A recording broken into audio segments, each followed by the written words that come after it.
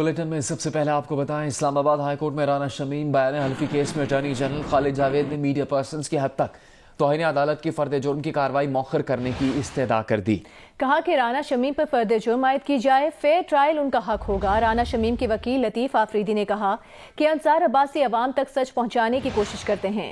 Chief justice Islamabad high court ने कहा कि आप ये कहना चाहते हैं कि सहाफ़ी को छोड़ दें और मेरे क्लाइंट के खिलाफ कार्रवाई करें। सीनियर सहाफ़ी नासिर जैदी बोले कि इस अदालत से इंसाफ मिला है, इस्तदा है कि चार्ज ना फ्रेम करें। अंसार अब्बासी ने बताया कि अदालती ऑर्डर में उनके हवाले से लिखा गया है कि अगर गलत हक़ाइक़ भी हुए तो मफाद आमा में छापेंगे, जबकि उन्होंने ऐसी कोई बात नहीं की। उन्होंने राना शमीम का दावा छापा और साकिब निसार का भी दावा छापा कि ऐसा कुछ नहीं। चीफ जस्टिस ने कहा कि अदालती कार्रवाई के दौरान कोशिश की कि आपको एहसास हो जाए कि आपने क्या किया। एक बयानिया बनाया गया कि इस कोर्ट के जजेस इन्फ्लुएंस्ड थे। इंक्वायरी करवानी है तो इनकी नहीं होगी जिनके बारे में लिखा गया, इंक्वायरी फिर इन जजेस की होगी जो उस वक्त बेंचेस में मौजूद थे। अदालत इजहार राय की आज़ादी का बहुत एहतराम करती है। केस की मजीद समाअत 20 जनवरी तक मुलतवी कर दी गई। वज़ीर ख़ज़ाना शौकत तरीन का कहना है कि टैक्स नादहिंदगान तक पहुंच चुके हैं, बस स्विच ऑन करना है। अब हम नोटिस नहीं देंगे, टैक्स नादहिंदगान को बताएंगे कि उनकी आमदनी कितनी है। अगर इस मनसब पर रहा तो न सिर्फ सबको इनकम टैक्स बल्कि सेल्स टैक्स भी देना पड़ेगा। उन्होंने कहा कि हम सहूलियात देंगे लेकिन टैक्स तो देना ही पड़ेगा। ताली दोनों हाथों से बचती है, आप टैक्स दें फिर हुकूमत का एहतसाब करें। अमीर जमात इस्लामी सिराजुल हक कराची में जमात इस्लामी के धरने से खिताब कर रहे हैं। लेकिन इस बल्दियाती निज़ाम में जो पीपल्स पार्टी ने दी है, इसमें मेयर और बल्दियाती इदारों के तमाम तर इख्तियारात इनसे छीन कर जनाबे वज़ीर आला साहब के जेब में डाले गए हैं। तो जनाबे वज़ीर आला साहब, मैं ये कहना चाहता हूं कि आपको कितने और इख्तियारात चाहिए। ये जो सिन है, एक तवील अरसे से यहां पीपल्स पार्टी की हुकूमत है।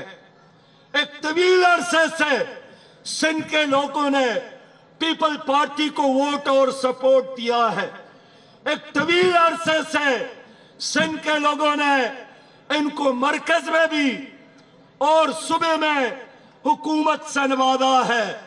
लेकिन मैं पूछना चाहता हूं, आपके पड़ोस में पंजाब है, सियालकोट ने गुज़श्ता कराची में जमात इस्लामी का धरना जारी है। अमीर जमात इस्लामी सिराजुल हक से खिताब कर रहे थे। पाकिस्तान सुपर लीग के लिए पीटीवी और ARY के जॉइंट वेंचर ने अदालती हुक्म के बावजूद डील अदालत में पेश नहीं की, जिस पर कई सवालात खड़े हो गए हैं। पाकिस्तान सुपर लीग 7 और 8 के लिए पीटीवी और ARY का जॉइंट वेंचर अदालती हुक्म के बावजूद डील की तफसीलात अदालत में पेश करने में नाकाम रहा। सवाल उठ गया कि पीटीवी डील की तफसील क्यों नहीं दे रहा। क्या पीटीवी किसी गैर कानूनी सरगर्मी को छुपाना चाहता है? जियो सुपर के वकील बहजाद हैदर का कहना है कि आखिरी समाअत में पीटीवी ने अपने जवाब के साथ बिडिंग प्रोसेस के हवाले से कोई दस्तावेज जमा नहीं करवाई। केस की अगली समाअत 19 जनवरी को होगी। उन्होंने कल जवाब फाइल किया था पीटीवी ने और ARY ने, उसकी कॉपी उन्होंने कल हमें दे दी थी।